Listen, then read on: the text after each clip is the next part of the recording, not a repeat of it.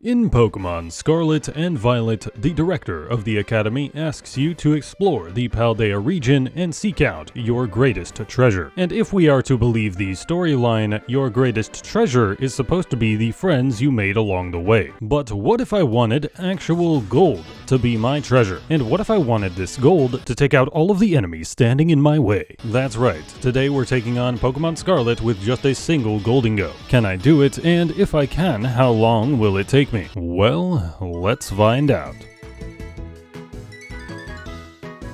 So this is going to be a pretty typical challenge run, but let's go over the rules. Number 1, I must use Gholdengo. Number 2, no items in battle, but held items are okay. Number 3 is one I like to do personally, which is no friendship mechanic abuse. Because this isn't an anime, not everything is about the power of friendship. Number 4, I must take on the badges in order. And number 5, subscribe to the channel. That's not really a rule, but you should probably do it. We're almost at 30,000 subscribers. Your sub would help me get there, and you would be getting more content just like this. It's a win-win. But the big daddy, number 5, I had to play with a level cap. This means I can't start a major fight while above the level of their strongest Pokemon. If I level up during the fight though, it's fine. Hopefully Pokemon Challenges would find this rule set acceptable. But with our rules in place, let's take on the challenge.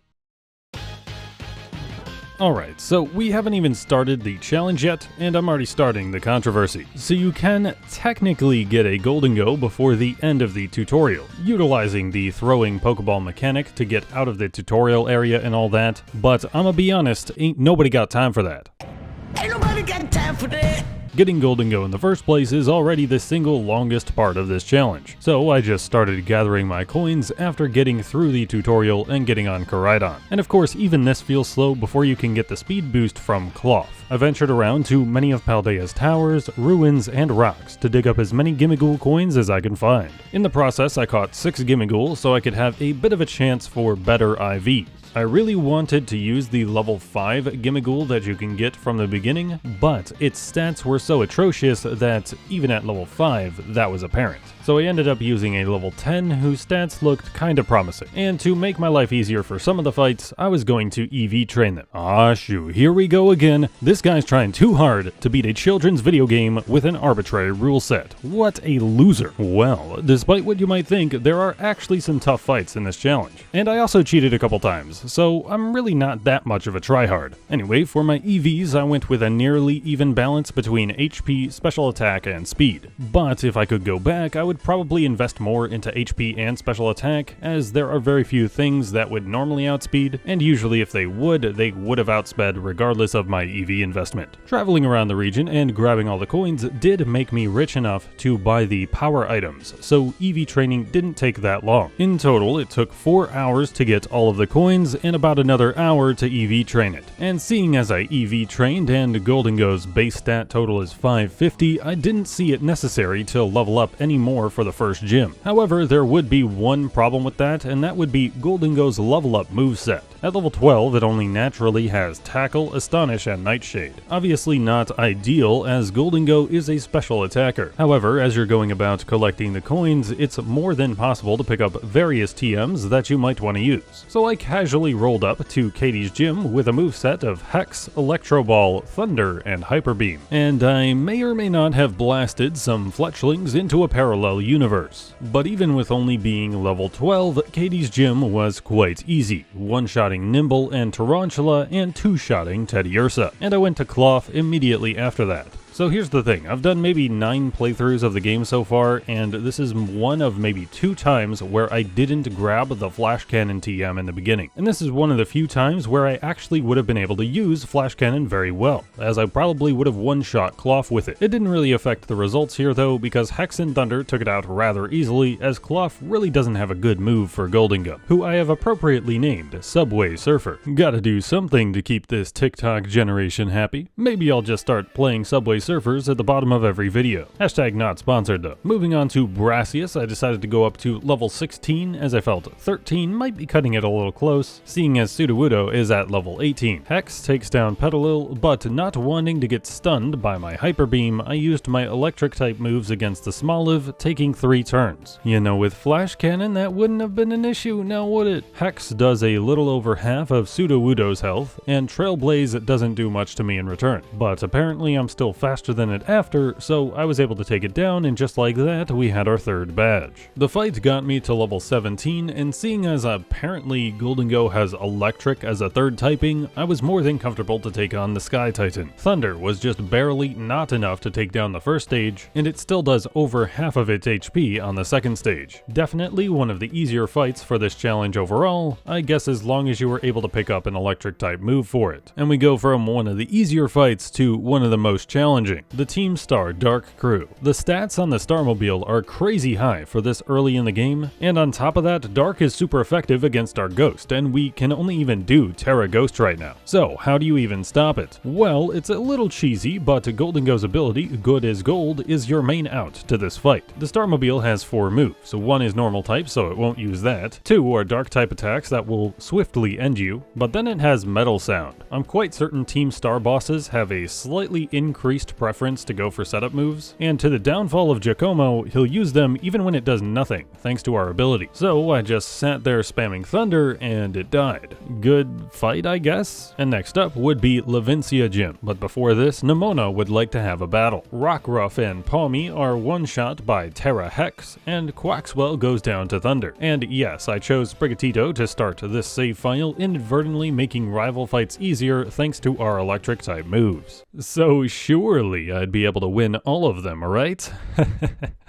Right? I started the gym at level 22, so at level 23 I was still slightly underleveled going into Iono's fight. Wattrel and Luxio go down to Terra Hex in one hit, but Bellybolt is able to tank one, getting off a pretty decent hit with Spark in return. So into Mismagius I wasn't looking good. So I actually reset this fight and tried again, having full HP for the end this time. And of course we have another AI, Oopsie. Mismagius likes to use Confuse Ray, and that doesn't affect us. So this time I was just able to Hex and Hyper Beam to get the win. The game just didn't want to give it to me on the first try, but I would get pretty lucky to be able to complete the next badge on the first try. It's the Fire type base, and technically I could have come in at level 27 instead of level 26 cause her Torkoal is level 27, but both of her Pokemon become quite a bit useless when it happens to rain during this fight. And by chance, it started raining as soon as I finished the auto battles, allowing for me to cleanly get through the fight even while being burned. So we went from easy but lucky to easy but not having to get lucky with the Steel Titan. At level 28, Terra Hex was able to one-shot the first round, seeing as Orthworm's special defense is pretty bad, and a Metal Sound and Thunder combo was able to take down the second battle. And it happened to be raining again, so Thunder couldn't actually miss here. I guess you could call it kind of lucky on that front, but it wasn't necessary whatsoever. Now here is something you may have missed in your initial playthrough, as I didn't see this until my second time playing through the game. But when you're on the road to Porto Marinata, Kofu has a scene where he stops and talks to these flowers. But if you had already used the fast travel point to get over here faster, then you could have missed this scene. But on this journey I didn't unlock it yet, so I went on foot and then met up with Kofu at the auction house. And I'm kind of ashamed to admit this, but I almost lost to Hugo in this run. I didn't heal before the battle and didn't think Floatzel was going to be faster, and it knows Bite, so I only had 23 HP by the end. I could have probably one-shot Floatzel if I risked the miss with Thunder,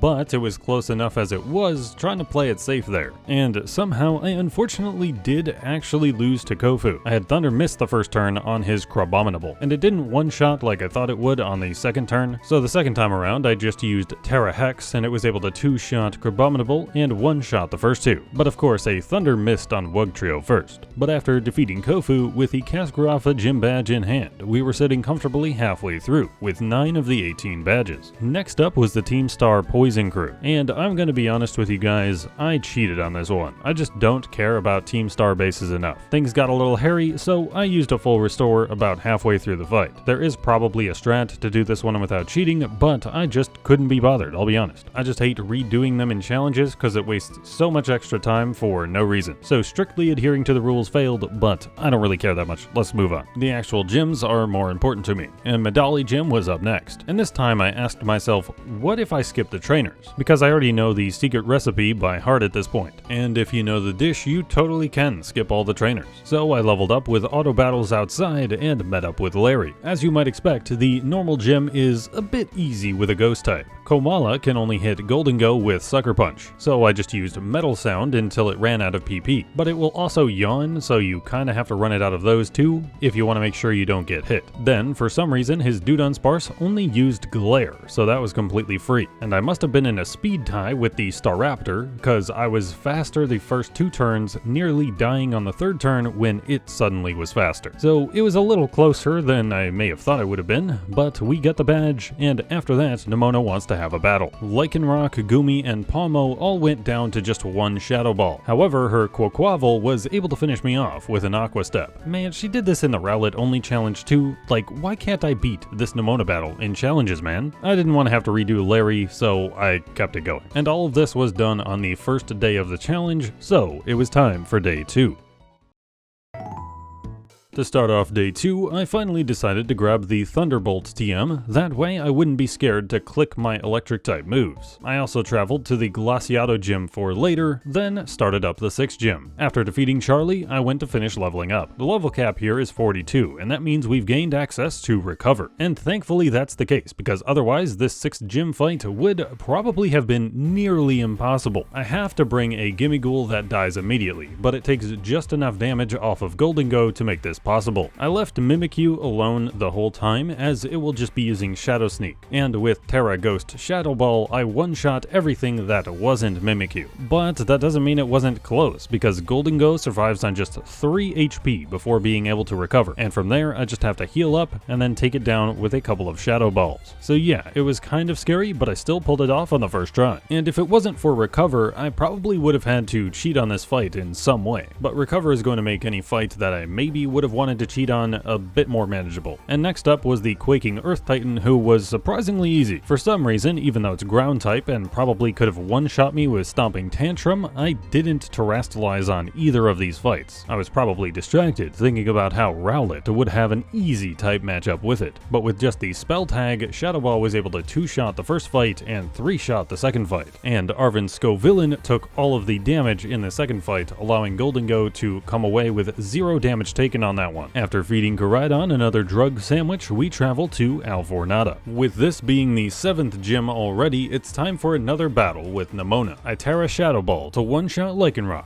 and 2-shot Sliggoo. Since I took damage from Sliggoo, I wanted to recover, and thankfully Palmot just used Thunder Wave that turn, which doesn't affect us. And god dang it, I still can't one-shot Quaquaval, and its Terra Aqua Step still one-shots me. I probably would have needed either my Defense IV or HP IV maxed out to be able to survive that, and that doesn't bode well for the rest of this challenge. What also doesn't bode well is that I lost to Tulip on my first attempt. Her Farigiraf uses Crunch, and it lowered my defense, but that's not a huge deal. What was a huge deal was Espathra using Shadow Ball to lower my special defense, as this was just enough for Psychic from Gardevoir to out-damage Recover. And Florges is just barely strong enough to survive my Shadow Ball, meaning I need some amount of HP for it. So I tried again, this time not getting the special defense drop from not only Shadow Ball, but all of the Psychics from Gardevoir, as I was able to recover to be able to go into Florges with 91 HP.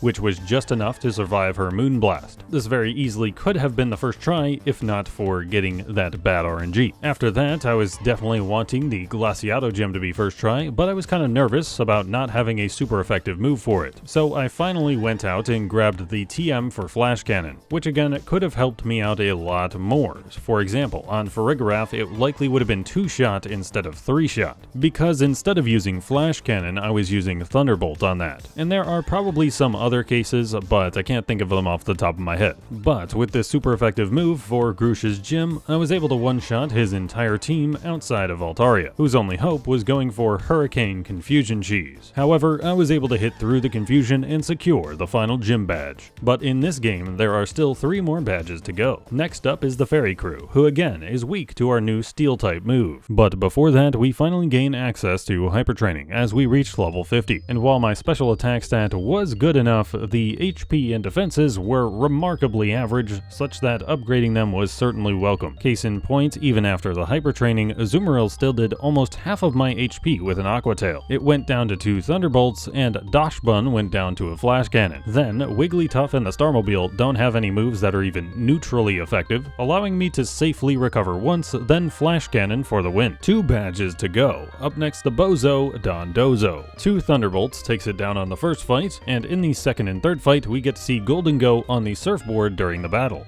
But his surfboard is under the water, so it's not exactly helping him at all. Or maybe it was, because on the fight with Tatsugiri, he got some of the craziest RNG I've ever seen. Not only did he avoid an icy wind, which allowed for him to do the fight damageless, but all 3 Shadow Balls got the special defense drop. Suddenly had Serene Grace or something. But that brings us to the last badge against the Team Star fighting crew, and we employ a familiar strategy on Toxicroak, as the only move that can hit us is Sucker Punch. So I stall a little bit and then take it out. Next out was Lucario, who is one-shot to a Shadow Ball, and then Annihilate and Passimian were as well. And then for the Starmobile, I knew it was going to go for a shift gear, so I used the opportunity to Metal Sound. And I knew another one would guarantee the one-shot, but the second one missed, and I actually did end up needing the second one to hit. Oh my god. It is literally 1 pixel. That is as close as it could have possibly gotten. Avoiding the crit on the next attack, I was able to finish it off, and with that, I had collected every badge in the game. So now it was time to finish off all the storylines. But first we go on a bit of a tangent here, because this is where my level capping got kind of weird and maybe a little messed up. So at this point, I usually do Arvin or Clavel and Penny first, and this would mean a level cap of 63. However, you then can't level cap the Elite Four to Guida's final Pokemon at level 62, and I just kinda autopiloted, so we're gonna have to forgive me for this oversight and say I actually level capped to Nimona's final Pokemon. There is one slight change that this makes to your Elite Four strategy because of Nasty Plot. We learn Nasty Plot at level 63, not having access to it at all beforehand. This would alter your first battle with Wish Cash in the Elite Four because you wouldn't be able to set up on it. But you're gonna go Terra Ghost to take less damage from it anyway, so it really wouldn't change anything major. Alright, but like I said, I level capped to 63, so I did Arvin first. And because we do get Nasty Plot for this fight, Arvin was pretty simple. I gave Gholdengo leftovers, Nasty Plot 3 times, recover, and then make it rain on Greedent and Garganacl, and then take out everything else with a Shadow Ball, and at +4, make it rain one-shots Mabosstiff. And we take down Clavel in a similar way, of course. I was able to get completely free setup because Oranguru kept yawning, and the one turn it attacked, it crit with a Foul Play. Then I used Make It Rain, and coincidentally, it actually started raining. Shadow Ball then takes down Poltegeist, Gyarados, Amoonguss, Abomasnow, and finally takes down Skeledirge. I was quite worried about Skeledirge after losing to Nimona's starter twice in this run. And moving on to Penny, this is probably the only time I've ever felt threatened by her Umbreon. Thankfully, it has the chance to go for Baby Doll Eyes, which makes things a little more comfortable. It did this for 2 of the turns, leaving me at about half HP from the 2 Dark Pulses. Make It Rain takes it down after I set up. And I made a mistake by not terastallizing for the Shadow Ball on the Flareon, but at +5 it didn't matter. I made sure to terastallize on Vaporeon for Shadow Ball, and it was able to one-shot it. Jolteon, however, was fast enough to get a Thunder off, but